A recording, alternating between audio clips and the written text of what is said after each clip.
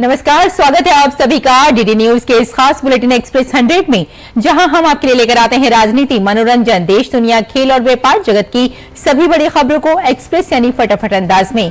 मैं हूं रेशमा, तो देखिए खबरें तेज रफ्तार से। नीट पेपर लीक विवाद को लेकर आज नई दिल्ली में केंद्र सरकार और कॉकरोच जनता पार्टी सीजेपी के बीच तीसरे दौर की अहम वार्ता होगी। बीती बैठक में सीजेपी ने छात्रों की मांगों और परीक्षा सुधार के 5 लिखित सुझाव सौंपे थे, जिस पर सरकार ने गंभीरता से विचार करने का आश्वासन दिया। वहीं सीजेपी के राष्ट्रीय प्रवक्ता आशुतोष रांका ने उम्मीद जताई है कि आज तीसरे दौर की बैठक में सरकार उनकी मांगों पर स्पष्ट रुख सामने रखेगी। सोशल मीडिया पर प्रधानमंत्री नरेंद्र मोदी की लोकप्रियता में लगातार इजाफा होता जा रहा है। पीएम मोदी ने गुरुवार रात अपने एक वीडियो संदेश के बाद इंस्टाग्राम पर रातों रात लगभग 1 मिलियन यानी 10 लाख फॉलोअर्स हासिल कर लिए हैं। दिल्ली पुलिस ने पब्लिक एग्जामिनेशन अनुचित साधनों की रोकथाम एक्ट 2024 के तहत पेपर लीक और परीक्षा से जुड़े अन्य अपराधों की जांच के लिए क्राइम ब्रांच में एक स्पेशल टास्क फोर्स एसटीएफ का गठन किया। जंतर मंतर पर कॉकरोच जनता पार्टी का विरोध प्रदर्शन जारी रहने के कारण वहां सुरक्षा बढ़ा दी गई है। दिल्ली पुलिस ने वहां फेशियल रिकग्निशन सिस्टम FRS तकनीक से लैस AI powered mobile surveillance van तैनात की है। पश्चिम बंगाल के मंत्री दिलीप घोष ने विपक्ष पर निशाना साधते हुए उनके आंदोलनों और नारों पर सवाल उठाए। उन्होंने आरोप लगाया कि कुछ नेताओं के तार विदेशी आवाजों और संगठनों से जुड़े हो सकते हैं। पेपर लीक के खिलाफ दिल्ली में जारी प्रदर्शन के चलते सुरक्षा कारणों से कई प्रमुख मेट्रो स्टेशनों पर परिचालन अस्थायी रूप से बंद कर दिया गया है। राजीव चौक, मंडी हाउस और सेंट्रल सेक्रेटरीट पर इंटरचेंज सुविधा जारी रहेगी, लेकिन सुरक्षा के मद्देनजर कुल 18 मेट्रो स्टेशन अगले आदेश तक बंद हैं। राष्ट्रीय परीक्षा एजेंसी एनटीए ने संगठन को मजबूत बनाने के लिए वरिष्ठ पेशेवर पदों पर भर्ती प्रक्रिया शुरू की है। एजेंसी ने 4 महाप्रबंधक स्तर के पदों के लिए आवेदन मांगे हैं।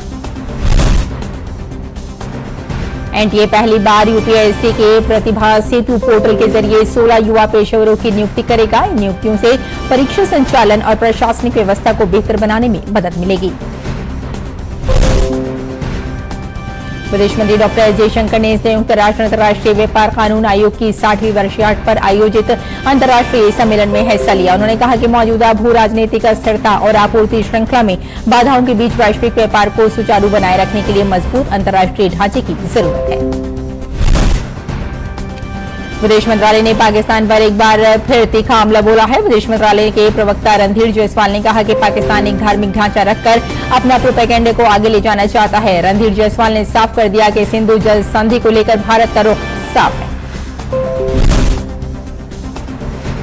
रक्षा मंत्री राजनाथ सिंह आज से लद्दाख के 2 दिवसीय दौरे पर रहेंगे। इस दौरान वे करगिल क्षेत्र में अग्रिम इलाकों का दौरा करेंगे। राजनाथ सिंह 26 जुलाई को द्रास में करगिल विजय दिवस समारोह में शामिल होंगे। वे करगिल युद्ध स्मारक पर शहीद जवानों को श्रद्धांजलि अर्पित करेंगे। केंद्रीय मंत्री पीयूष गोयल ने डीप फेक वीडियो को लेकर पुलिस में शिकायत दर्ज कराई। उन्होंने कहा कि संसद के बाहर मीडिया से कही गई मेरी बातों को AI की मदद से उनके बयान को गलत तरीके से बदलकर वीडियो फैलाया गया। पीयूष गोयल ने बताया कि चाणक्यपुरी थाने में 25 जुलाई को FIR दर्ज की गई है। उन्होंने लोगों से अपील की है कि वे केवल सत्यापित और भरोसेमंद स्रोतों से जानकारी लें। भारत ने काला सागर में वाणिज्यिक पोत MV मोर्फी पर हुए हमले की कड़ी निंदा की है। हमले को अस्वीकार्य बताते हुए भारत ने सभी संबंधित पक्षों से समुद्री नौवहन और अंतर्राष्ट्रीय व्यापार की सुरक्षा सुनिश्चित करने का आह्वान किया। नई दिल्ली में विश्व मांगाल्य सभा की प्रबोधक बैठक में RSS प्रमुख डॉक्टर मोहन भागवत ने युगानुकूल मातृत्व पुस्तक का विमोचन किया। डॉक्टर मोहन भागवत ने कहा कि विकसित भारत के निर्माण में महिलाओं की भूमिका अहम है। उन्होंने कहा कि मातृ निर्माण से ही राष्ट्र निर्माण संभव है। उन्होंने सशक्त राष्ट्र के निर्माण के लिए महिलाओं को संपूर्ण रूप से सशक्त बनाने पर भी जोर दिया। रेल राज्य मंत्री रवनीत सिंह बिट्टू ने अपने पद से इस्तीफा दे दिया। प्रधानमंत्री की सलाह पर राष्ट्रपति ने उनका इस्तीफा तत्काल प्रभाव से स्वीकार कर लिया है। रवनीत सिंह बिट्टू का राज्यसभा कार्यकाल इसी साल 21 जून को पूरा हो गया था। मध्य प्रदेश सरकार ने आईएएस अधिकारियों में फेरबदल करते हुए 20 अधिकारियों का तबादला किया है और कई अहम विभागों में अतिरिक्त जिम्मेदारियां सौंपी हैं। असम में बाढ़ की स्थिति गंभीर बनी हुई है। पिछले 24 घंटों में 15 और लोगों की मौत के साथ मृतकों की संख्या बढ़कर 62 हो गई है। प्रधानमंत्री नरेंद्र मोदी ने असम के मुख्यमंत्री हिमंत बिस्वा शर्मा से फोन पर बाढ़ की स्थिति और राहत कार्यों की जानकारी दी। असम राज्य के 9 जिलों में 7,05,000 से ज्यादा लोग बाढ़ से प्रभावित हैं। प्रशासन 7 जिलों में 363 राहत शिविर और वितरण केंद्र चला रहा है, जहां 1,15,000 से अधिक लोगों को आश्रय दिया गया है। गुजरात में भारी बारिश के कारण बाढ़ जैसे गंभीर हालात बने हुए हैं, जिसे निपटने के लिए सेना, एनडीआरएफ और तटरक्षक बल राहत और बचाव कार्य में जुटे हैं। गुजरात के मुख्यमंत्री भूपेंद्र पटेल ने अहमदाबाद शहर में लगातार 2 दिनों से हो रही भारी बारिश से प्रभावित क्षेत्रों का दौरा कर स्थिति का जायजा लिया। इस दौरान उन्होंने बारिश से हुए जलभराव और लोगों को हो रही परेशानी की जानकारी ली। बारिश से जुड़े हादसों में गुजरात में अब तक 5 लोगों की मौत हो चुकी है, जबकि 40,500 से अधिक लोगों को सुरक्षित निकालकर राज्य सरकार 40 करोड़ रुपए की आर्थिक सहायता दे रही है। अहमदाबाद के कलेक्टर भव्य वर्मा ने कहा कि 400 से अधिक लोगों को सुरक्षित स्थानों पर पहुंचाया गया और जलभराव के कारण फंसे करीब 40 लोगों को बचाया गया।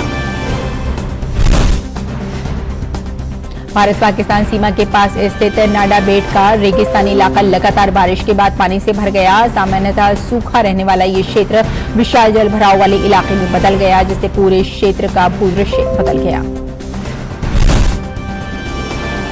सुरेंद्रनगर जिले में मूसलाधार बारिश से जनजीवन बुरी तरह प्रभावित हुआ। लखतर तालुका के कई गांवों का संपर्क कट गया और प्रशासन राहत एवं बचाव कार्य में जुटा हुआ है। गुजरात के उप मुख्यमंत्री हर्ष संघवी ने वलसाड जिले के उमरगाम क्षेत्र के बाढ़ प्रभावित इलाकों का दौरा कर हालात का जायजा लिया। उप मुख्यमंत्री ने बारिश और बाढ़ से हुए नुकसान का निरीक्षण किया तथा अधिकारियों को प्रभावित परिवारों तक जल्द से जल्द राहत पहुंचाने के निर्देश दिए। रेल ट्रैक पर पानी आने के कारण रेल यातायात एहतियात के तौर पर रोक दिया गया है। इस वजह से वंदे भारत एक्सप्रेस और शताब्दी एक्सप्रेस सहित कई ट्रेनों को रद्द करना पड़ा, जबकि कुछ ट्रेनों का मार्ग बदल दिया गया है। 22 जुलाई की मध्यरात्रि से अब तक 11 बचाव अभियानों में 170 लोगों को सुरक्षित निकाला गया है। हेलीकॉप्टर और विशेष राहत टीमों की मदद से SADR और SAR अभियान लगातार जारी है।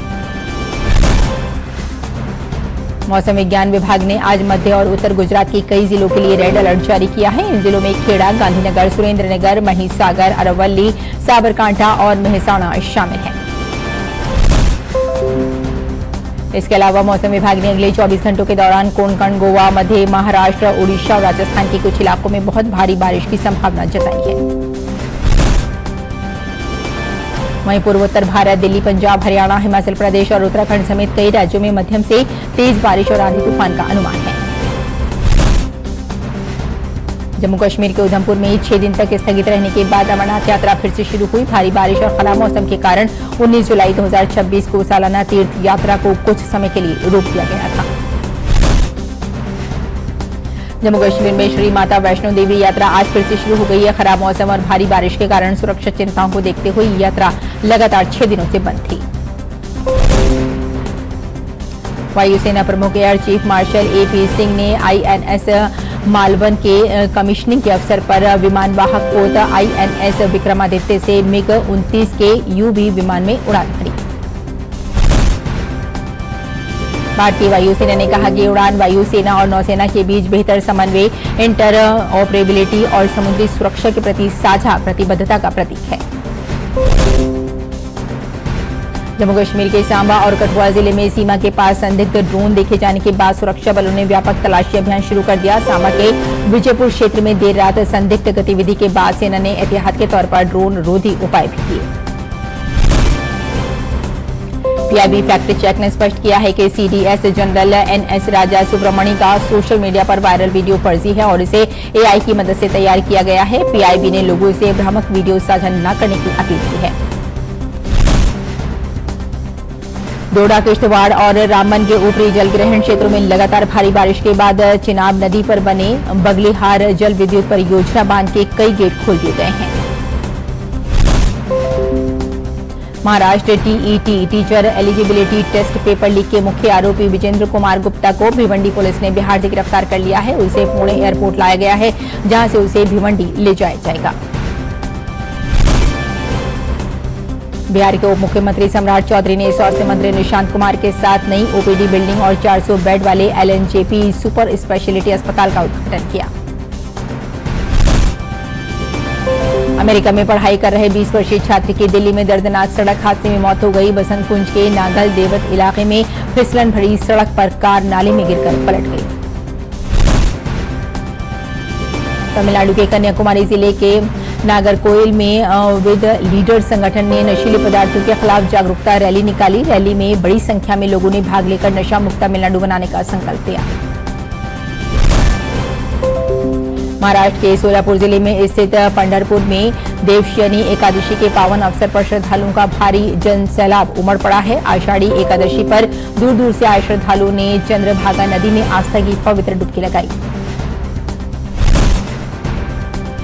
प्रधानमंत्री मोदी ने आषाढ़ी एकादशी को लेकर शुभकामनाएं दी। उन्होंने पोस्ट कर लिखा, भगवान विठल का आशीर्वाद हम सभी के जीवन में खुशियां, सद्भाव और समृद्धि लाए तथा हमें एक बेहतर समाज के निर्माण की ओर प्रेरित करे।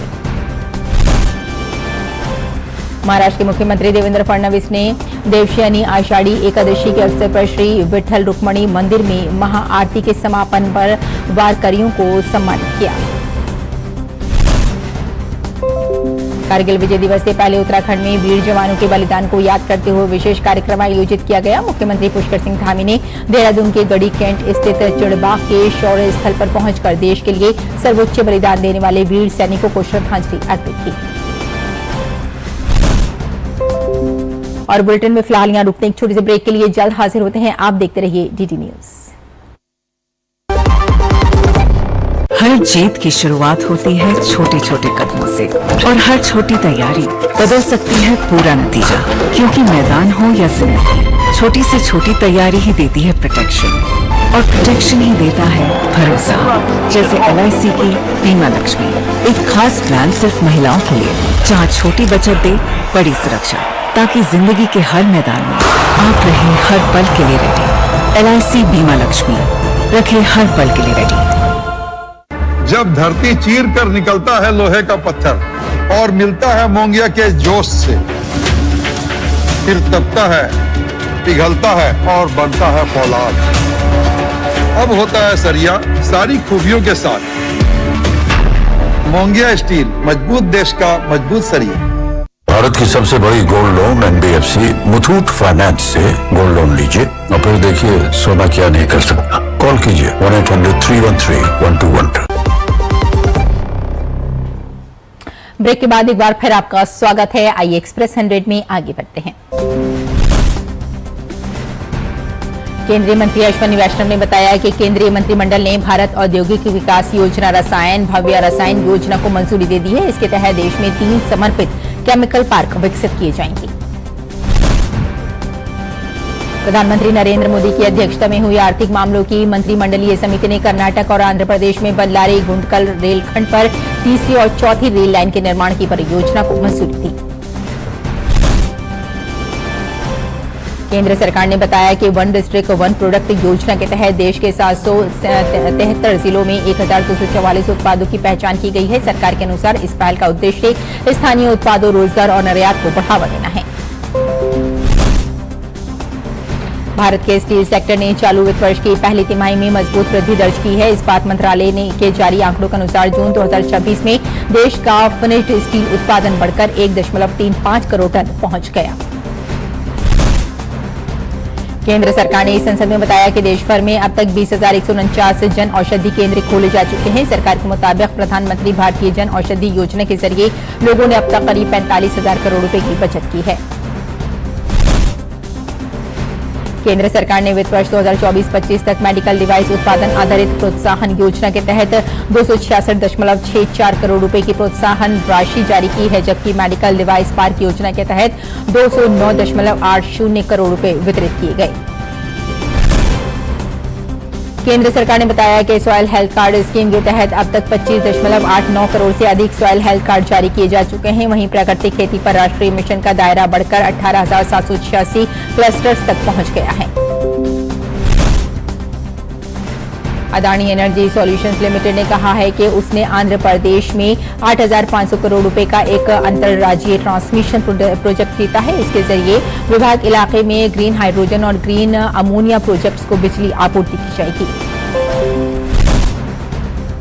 भारतीय रिजर्व बैंक द्वारा जारी आंकड़ों के अनुसार भारत का विदेशी मुद्रा भंडार 17 जुलाई को समाप्त सप्ताह में 1.08 अरब डॉलर से बढ़कर 676.237 अरब डॉलर पर पहुंच गया।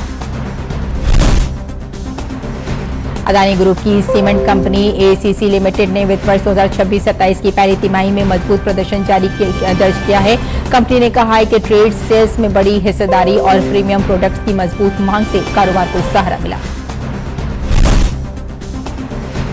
डाक विभाग, संचार मंत्रालय और फ्लिपकार्ट इंडिया प्राइवेट लिमिटेड ने अंतिम मील पार्सल डिलीवरी सेवाओं के लिए समझौते पर हस्ताक्षर किए हैं। इससे दूरदराज और ग्रामीण क्षेत्रों में सेवाएं बेहतर होंगी।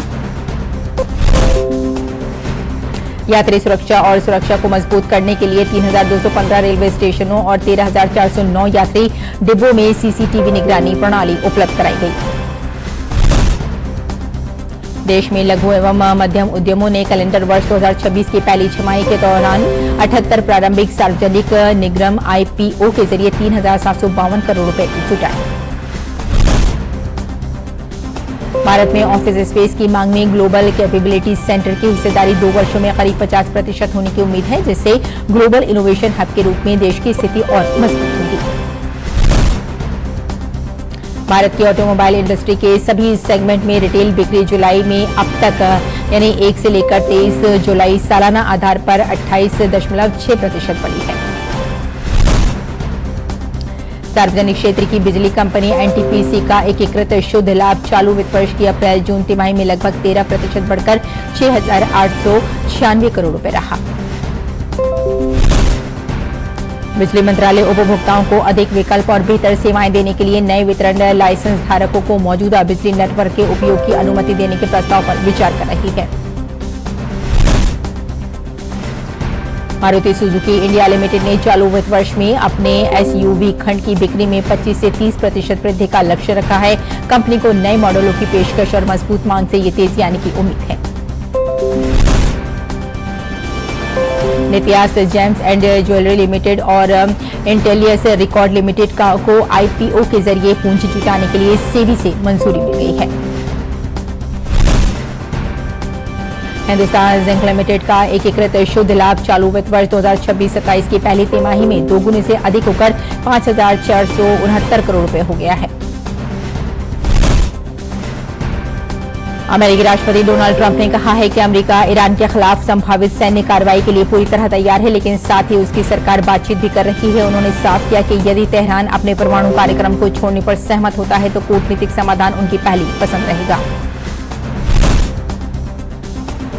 व्हाइट हाउस में असैन्य परमाणु ऊर्जा से जुड़े एक कार्यक्रम के दौरान राष्ट्रपति ट्रंप ने कहा कि अमेरिका जरूरत पड़ने पर सैन्य अभियान और तेज करने की स्थिति में है, लेकिन उन्हें उम्मीद है कि ईरान अब समझौते को लेकर पहले से अधिक गंभीर हो रहा है। यूक्रेन में रूसी हमलों में करीब 15 लोगों की मौत हो गई है और करीब 100 लोग घायल हुए हैं। कीव के पास ड्रोन तकनीक से जुड़ी एक प्रदर्शनी को निशाना बनाकर मिसाइल हमला किया गया। यूक्रेनी राष्ट्रपति व्लादिमीर जेलेंस्की ने कहा कि रूस अगले 48 घंटों में बड़ा मिसाइल हमला कर सकता है। वहीं यूक्रेन ने भी रूस के अंदर कई ठिकानों पर हमले किए हैं। यूक्रेन का दावा है कि उसने रूसी सैन्य उपकरण बनाने वाली फैक्ट्री को निशाना बनाया। संयुक्त राष्ट्र महासभा ने संयुक्त राष्ट्र मानवाधिकार प्रमुख वोल्कर तुर्क का कार्यकाल अगले 4 वर्षों के लिए बढ़ाने का प्रस्ताव को मंजूरी दे दी है। ब्राजील के राष्ट्रपति लूला दा सिल्वा ने कानून पर हस्ताक्षर कर फोई ग्रास की बिक्री और उत्पादन पर रोक लगा दी है। ये फैसला पशु क्रूरता के कारण लिया गया है। यूक्रेन की राजधानी कीव में प्रदर्शनकारियों ने अनिश्चितकालीन रैली का ऐलान किया। वे राष्ट्रपति जेलेंस्की से हटाए गए रक्षा मंत्री मिखाइलो फेडोरोव को फिर से नियुक्त करने की मांग कर रहे हैं। स्पेन और फ्रांस में भीषण जंगलों की आग ने हजारों लोगों को अपने घर छोड़ने पर मजबूर कर दिया है। दमकल कर्मी आग पर काबू पाने के लिए लगातार प्रयास कर रहे हैं, जिसमें करीब 50 दमकल कर्मी घायल भी हो गए हैं। स्पेन सरकार ने राष्ट्रीय आपातकाल घोषित कर दिया है। मैड्रिड क्षेत्र में करीब 60,000 लोग प्रभावित हुए हैं, जबकि लगभग 30,000 लोगों को सुरक्षित स्थानों पर पहुंचाया गया है। वेनेजुएला में विनाशकारी भूकंप के 1 महीने बाद पीड़ितों की याद में देश भर में 1 मिनट का मौन रखा गया। राजधानी कराकस और सबसे ज्यादा प्रभावित ला गुएरा राज्य में लोगों ने श्रद्धांजलि दी। अंतर्राष्ट्रीय आपराधिक न्यायालय के सदस्य देशों ने यौन दुर्व्यवहार के आरोपों के चलते अभियोजक करीम खान को पद से हटाने के लिए मतदान किया। क्यूबा की राजधानी हवाना में बिजली और पानी की समस्या से परेशान लोगों ने शुक्रवार रात विरोध प्रदर्शन किया। लोगों ने सेवाएं बहाल करने की मांग को लेकर बर्तन बजाकर अपना विरोध जताया। स्पेसएक्स के स्टारशिप रॉकेट ने अपनी नवीनतम परीक्षण उड़ान सफलतापूर्वक पूरी की। इसमें उसने दुनिया के आधे हिस्से की यात्रा की और 20 उन्नत स्टारलिंक उपग्रहों को स्थापित किया। 124 मीटर लंबे इस रॉकेट को कल टेक्सास से लॉन्च किया गया। राजनीतिक मुश्किलों के बीच फ्लेवियो बोल्सोनारो अब ब्राजील के अक्टूबर में होने वाले राष्ट्रपति चुनाव के लिए अपनी उम्मीदवारी का ऐलान करेंगे। अमेरिकी कृषि विभाग ने कहा है कि वे अगले महीने मैक्सिको सीमा से जुड़े मवेशी व्यापार केंद्रों को दोबारा खोलना शुरू करेगा। परजीवी बीमारी को लेकर हुए विवाद के कारण ये केंद्र 1 साल से अधिक समय से बंद था। ग्लासगो राष्ट्रमंडल खेलों में भारत का खाता खुल गया है। पैरा पावर लिफ्टर झंडू कुमार ने पुरुषों के हैवीवेट वर्ग में भारत को पहला पदक दिलाया। पुरुष हैवीवेट प्रतियोगिता में झंडू कुमार ने अपने दूसरे प्रयास में 190 किलोग्राम वजन उठाकर कांस्य पदक पर कब्जा किया। राष्ट्रमंडल खेलों में पदक जीतने बाद झंडू कुमार ने अपनी खुशी जाहिर करते हुए अपने कोच और उनकी विजय यात्रा में साथ देने वाले लोगों का आभार जताया। राष्ट्रमंडल खेलों में आज लॉस बॉल्स में पुरुष और महिला वर्ग के ग्रुप मुकाबले पर हर किसी की नजर होगी। भारत आज नॉकआउट चरण में जगह बनाने की कोशिश करेगा।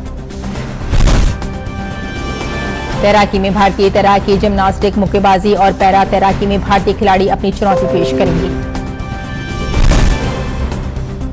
कप्तान श्रेयस अय्यर की अगुवाई में भारतीय क्रिकेट टीम आज जिम्बाब्वे के खिलाफ दूसरे T20 में सीरीज जीतने के इरादे से मैदान पर उतरेगी। आयरलैंड और इंग्लैंड से हारने के बाद 3 बार के T20 विश्व कप विजेता भारत ने पहले T20 में जिम्बाब्वे को 7 विकेट से हराकर 1-0 की बढ़त हासिल कर ली है। भारत के निशानेबाज सैनियम ने चीन के हांगझोउ में चल रहे निशानेबाजी विश्व कप में शानदार प्रदर्शन करते हुए रजत पदक जीत लिया है। सैनियम ने महिलाओं की 10 मीटर एयर पिस्टल स्पर्धा में दूसरा स्थान हासिल करते हुए रजत पदक अपने नाम किया। उन्होंने फाइनल में 243.4 अंक हासिल किए।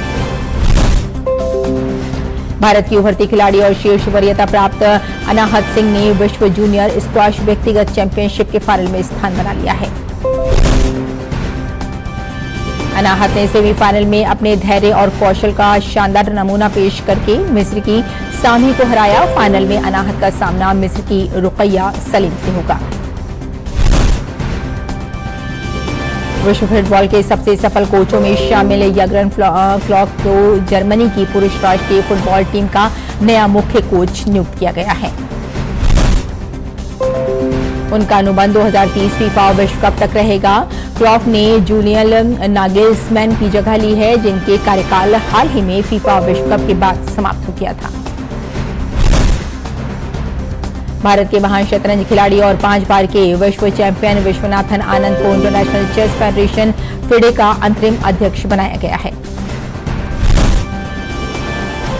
ये फैसला रूसी प्रमुख अकार्डी दोरकोविच को यूरोपीय संघ की नवीनतम प्रतिबंध सूची में शामिल किए जाने के कारण लिया गया है। तो एक्सप्रेस न्यूज में फिलहाल इतना ही। हमें यहीं अनुमति दीजिए। नमस्कार।